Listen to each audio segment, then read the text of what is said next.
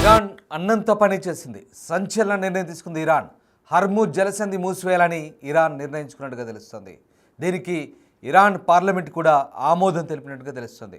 అమెరికాకి big counter attack ఇచ్చింది Iran. భారీ స్కెచ్ వేసింది. తమ అణ్వాయుధాల ధ్వంసంతో ఒక్కసారిగా ఇరాన్ ప్రతీకారానికి దిగుతుంది. అమెరికాపై రివెంజ్కు ఇరాన్ ఈ సంచలన నిర్ణయం తీసుకుందని చెప్పాలి. హర్ముజ్తో అమెరికాను దెబ్బ కొట్టబోతోంది ఇరాన్.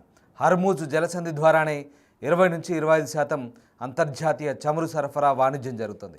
జలసంధి మూసివేస్తే ఆసియా దేశాలైన ఇండియా, చైనా, జపాన్, దక్షిణ కొరియాకు తీవ్ర ప్రభావం చూపే అవకాశం ఉంది.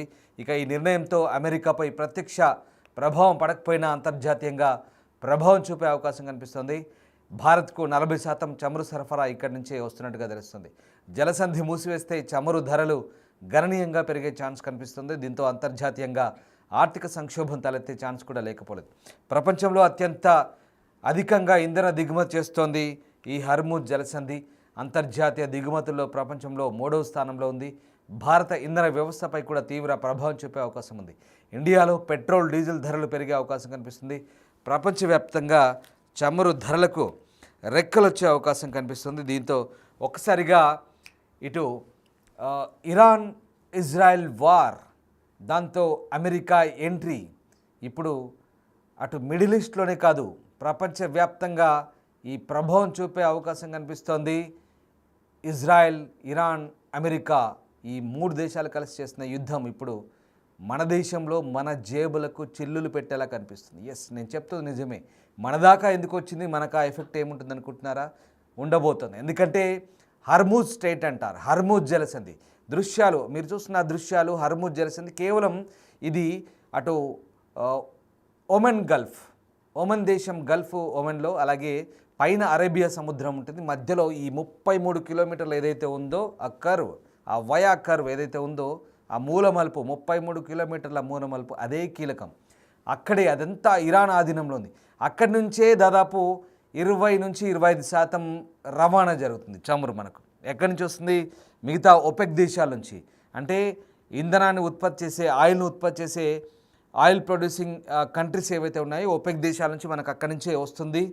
సో అక్కడి నుంచే ఈ హర్ముజ్ జలసంధి నుంచి ఆ 33 కిలోమీటర్ల స్ట్రెయిట్ ఆఫ్ హర్ముజ్ నుంచే ఆసియా దేశాలకు, ప్రధానంగా భారత్, చైనా, కొరియా, అలాగే ఈ దేశాలన్నిటికి కూడా ఇక్కడి నుంచే మనకు ఆ చమురు వస్తుంది. ఈ 33 కిలోమీటర్ల నుంచే మనకు అది దాటుకొని రావాలి.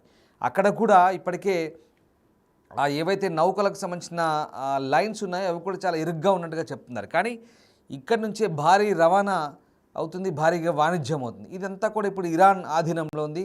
ఇరాన్ కనుక దీన్ని మూసివేస్తే చాలా ఇబ్బందికర పరిస్థితులు ఉంటాయని మనం ఎప్పటి నుంచో ఊహిస్తున్నాం. ఇప్పుడు అనుకున్నట్టే జరుగుతున్న పరిస్థితి. ఒకసారి ఆ బాక్స్లో కొన్ని విజువల్స్ చూడండి. కొన్ని నౌకలు, అంటే పెద్ద పెద్ద ఓడలు, షిప్లు ఏ రకంగా ట్రాఫిక్ చూడండి. మీకు ట్రాఫిక్ సంబంధించిన చిత్రాలు చూస్తున్నాం. ఎక్కడైతే ఆకాశంలో ఎయిర్ ట్రాఫిక్ ఎలా ఉంటుందో, రోడ్లపై బస్సులు, వాహనాలు ఎలా ట్రాఫిక్ ఉంటుందో, ఇక్కడ సముద్రంలో కూడా ఆ తరహానే ట్రాఫికే ఉంటుంది. తక్కువేం ఉండదు.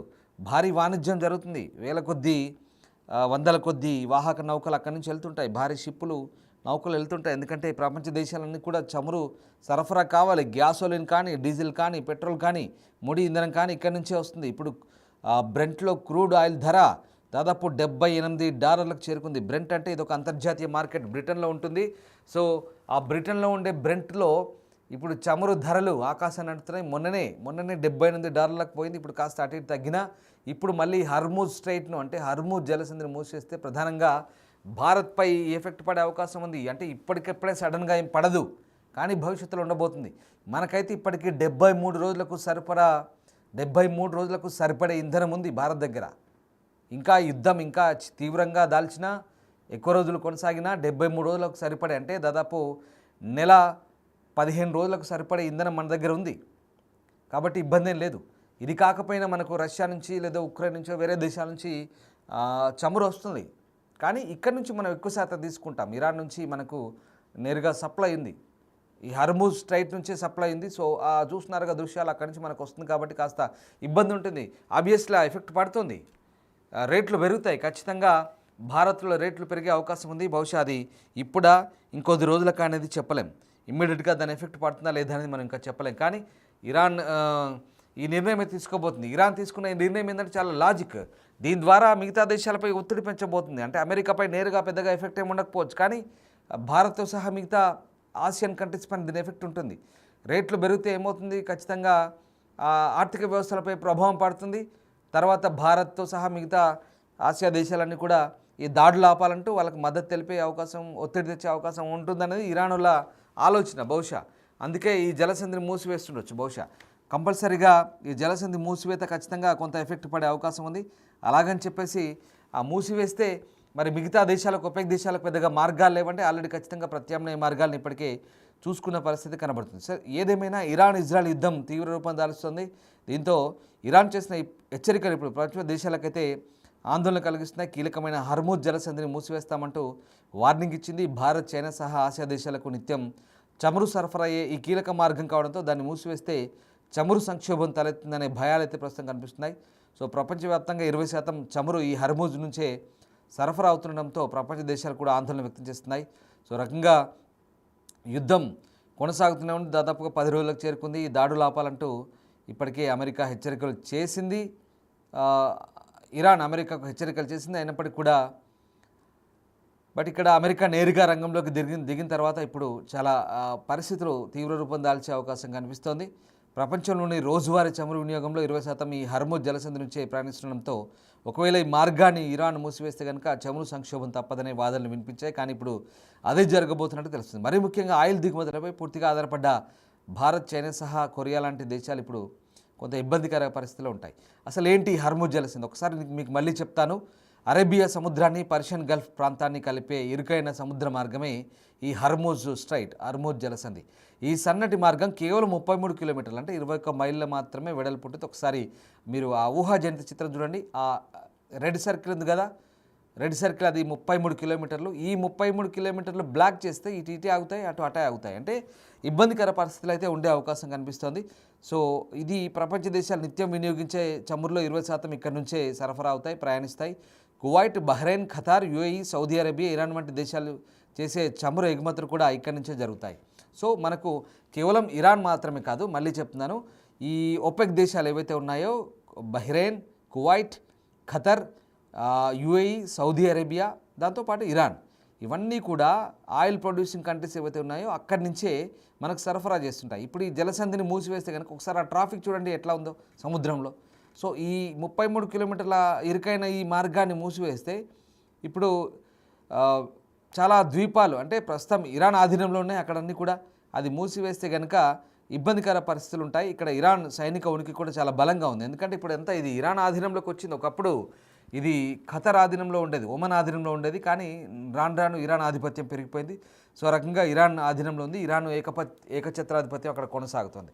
సో ఈ హర్మూజ్ జలసంధిని మూసివేయడం ద్వారా శత్రువులపై ప్రతీకారం తీర్చుకోవడానికి ఇరాన్కు ఉపయోగపడుతుందంటూ ఇరాన్ పార్లమెంటు జాతీయ భద్రతా కమిటీ ఇప్పటికే డిస్కస్ చేసింది. ఇప్పుడు అనుకున్నట్టుగానే ఇరాన్ పార్లమెంటు నిర్ణయం తీసుకున్నట్టుగా తెలుస్తుంది. తమపై పశ్చిమ దేశాలు చేస్తున్న ఒత్తిడికి ప్రతీకారంగా ఈ హర్మూజ్ జలసంధిని మూసివేస్తామని గతంలో కూడా తీవ్ర బెదిరింపులకు దిగింది. కానీ నేరుగా పశ్చిమ దేశాలపై పెద్దగా ప్రభావం ఉంటుందంటే చెప్పలేం. అంటే కొన్ని యూరోపియన్ దేశాలకు, కొన్ని ఆసియా దేశాల మీద ఎక్కువ ఎఫెక్ట్ ఉంటుంది. ప్రధానంగా భారత్, చైనా పైన దీని ప్రభావం ఉండే అవకాశం కనిపిస్తోంది. ఎందుకంటే దాదాపు చమురు ఎగుమతుల్లో 82% ఆసియా దేశాలకు వెళ్తున్నాయి. వీటిలో Bharat, China, Japan, Korea, south Korea దేశాలకు ఏకంగా 67% వెళ్తుంది. భారత ముడి చమురులో 90% మిడిల్ ఈస్ట్ దేశాల నుంచే దిగుమతి అవుతుంది. ఇందులో 40% ఈ హర్మూజ్ నుంచే వస్తుండడంతో ఇది భారత్కు ఎంత కీలకమో మనం ఒకసారి తెలుసుకోవచ్చు. సో ఒకవేళ ఇరాన్ ఈ హర్మూజ్ను మూసివేస్తే కనుక ప్రపంచవ్యాప్తంగా ఖచ్చితంగా చమురు సంక్షోభం వచ్చే అవకాశం ఉందని విశ్లేషకులు చెప్తున్నారు. మరి ఆ భయాలు ఇప్పుడు వెంటాడుతున్నాయి. ఫలితంగా చమురు ధరలు అయితే భారీగా పెరిగి ప్రపంచ ఆర్థిక వ్యవస్థపై తీవ్రమైన ప్రభావం చూపే అవకాశమే ఉందనే వాదనల నేపథ్యంలో మరి ఇప్పుడు ఏం జరగబోతుందని మాత్రం ఇంట్రెస్టింగ్గా ఉండబోతుంది. సో ఆ రకంగా ప్రస్తుతం ఈ జలసంధిని మూసివేయాలని ఇరాన్ అయితే నిర్ణయం తీసుకుంది. పర్షియన్ గల్ఫ్ను గల్ఫ్ ఆఫ్ ఒమన్, అరేబియా సముద్రంతో కలుపుతూ హర్మూజ్ జలసంధి అత్యంత కీలకమైన రవాణా మార్గం కాబట్టి ఇది ఇరుకైనా కూడా జలమార్గంగా చెప్తారు. సో ముడి చమురు ఎగుమతుల్లో 80% కంటే ఎక్కువ దీని ద్వారా జరుగుతుంది కాబట్టి సో ఒకసారి మీకు చెప్తాను క్యాలిక్యులేషన్. 2024లో ఈ జలసంధి రోజుకు సగటున 20 మిలియన్ బ్యారెల్స్ను దాదాపుగా రవాణా చేసింది. అంటే ప్రపంచ పెట్రోలియం వినియోగంలో ఇది 5వ వంతు. అయితే ఇప్పుడు అడ్డుకోవడం ద్వారా ఏదైనా అంతరాయం కలిగితే చమురు కొరతపై ముఖ్యంగా ఈ ధరలపై ప్రభావం అయితే ఉంటుంది. సో ఇందాక నేను చెప్పిన దేశాలకు చాలా ఎఫెక్ట్ ఉండే అవకాశం అయితే చాలా క్లియర్గా కనిపిస్తుంది. సో అంటే ఇప్పుడు ఒకవేళ ఇది జరిగితే కనుక దేశీయంగా పెట్రోల్ డీజిల్ రేట్లకు రెక్కలు వచ్చే అవకాశం ఉన్నట్టుగా ఎక్స్పర్ట్ చెప్తున్నారు. ఇది ఇరాన్ నుండి నేరుగా చమురు దిగుమతి చేసుకోకపోయినా మధ్యప్రాచ్య స్థిరత్వం ప్రపంచ భారతీయ మార్కెట్పై పడుతుందనే దానిలో ఖచ్చితంగా ఈ ఎఫెక్ట్ అయితే ఉండబోతుంది. రైట్, అంటే ముఖ్యంగా ఇది మూసివేస్తే చమురు ధర $120 నుంచి $130 వరకు ఎగిసిపడే అవకాశం ఉన్నట్టుగా చాలా క్లియర్గా చెప్తుంది. సరే, నేను ఇక్కడ క్లియర్గా మనకు చెప్పాల్సింది ఏంటంటే ఇక్కడ ఇప్పటికిప్పుడే చమురు ధరలు పెరుగుతాయి అనేది మనం చెప్పలేం. బట్ ఇక్కడ ఇందాకే చెప్పాను, ఒపెక్ దేశాలు Bahrain, Kuwait, UAE and Saudi Arabia ఇలాంటి దేశాల నుంచి మనకు వస్తుంటుంది చాలా క్రూడ్ ఆయిల్ మనం తెప్పించుకుంటాం. ఇక్కడ నుంచే ఈ జలసంధి నుంచి వస్తాయి కాబట్టి ఇప్పుడు ఒకవేళ ఇది అడ్డుకుంటే కనుక ఎఫెక్ట్ పడుతుంది, పక్కగా పడుతుంది. దాంతో ఏమవుతుందంటే ధరలు పెరుగుతాయి. ఎందుకంటే మనము 40% ఇక్కడ నుంచి తీసుకుంటాం కాబట్టి ఈ జలసంధి నుంచే వస్తాయి. ఓవరాల్గా మనకు ఈ మిడిల్ ఈస్ట్ ఈ ఓపెక్ దేశాల నుంచి వచ్చే దాంట్లో 40% ఇక్కడ నుంచి వస్తుంది, మిగతా 30% వేరే చోటు నుంచి వస్తుంది, వేరే మార్గాలు ఉన్నాయి. సో ఇక్కడ ఈ 40% ఆగితే కనుక మేజర్ కాంట్రిబ్యూషన్ ఇక్కడ నుంచి ఆగుతుంది. సో ఎఫెక్ట్ పడుతుంది. ఇప్పుడున్న బ్రెంట్లో క్రూడ్ ఆయిల్ ధర ఇప్పుడు $78 ఉంది కదా, రేపు అది $100-120 పోవచ్చు.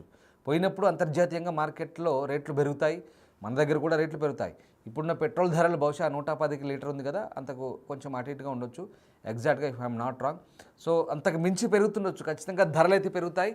మళ్ళీ చెప్తున్నాను, 73 రోజులకు సరిపడా ఇంధనం భారత్ దగ్గర నిల్వలు ఉన్నాయి. ఇప్పుడు ఆ ఎఫెక్ట్ ఉంటుందా లేదా అనేది క్లారిటీగా తెలియదు, బట్ ఆబ్వియస్లీ ఉంటుంది. ఖచ్చితంగా పెట్రోలియం ధరలకు రెక్కలు వస్తాయి, ఖచ్చితంగా ఎఫెక్ట్ ఉంటుంది. ముఖ్యంగా ఏషియన్ కంట్రీస్కి, చైనా, భారత్, దక్షిణ కొరియా ఇలాంటి దేశాలకు ఖచ్చితంగా ఎఫెక్ట్ ఉంటుంది. అండ్ మన పొరుగునున్న దేశాలకు కూడా డెఫినెట్గా ఎఫెక్ట్ ఉంటుంది. సో ఖచ్చితంగా ఈ జలసంధి మూసివేస్తే కనుక ప్రతీకారం తీర్చుకోబోతున్నామని ఇరాన్ అనుకుంటుంది, కానీ ఆ ప్రతీకారం ఏషియా దేశాలపైనే ఉంటుంది. అంటే ఏషియా దేశాల మార్కెట్లు దెబ్బ కొడితే అది ఇంటర్నేషనల్ మార్కెట్ల మీద పడుతుంది. సో ఒత్తిడి పెరుగుతుంది. అప్పుడు తమల్ని, ఇరాన్ వాళ్ళని కొంత ఈ ఏదైతే దాడుల నుంచి సెక్యూర్ చేసుకోవచ్చు, తర్వాత దాని ద్వారా తమ బయటపడవచ్చు అంటూ ఇరాన్ భావిస్తుంది. కానీ దీనికి ప్రత్యామ్నాయాలు ఉన్నాయా లేదా అనేది ఇప్పుడు అందరి ముందున్న మార్గం. ఏదేమైనా హర్ముజ్ జలసంధిని ఇరాన్ మూసివేయాలని నిర్ణయం తీసుకుంటున్నట్టుగా తెలుస్తుంది. దీంతో చమురు ధరలపై అయితే ఎఫెక్ట్ పడే అవకాశం చాలా క్లియర్గా కనిపిస్తుంది.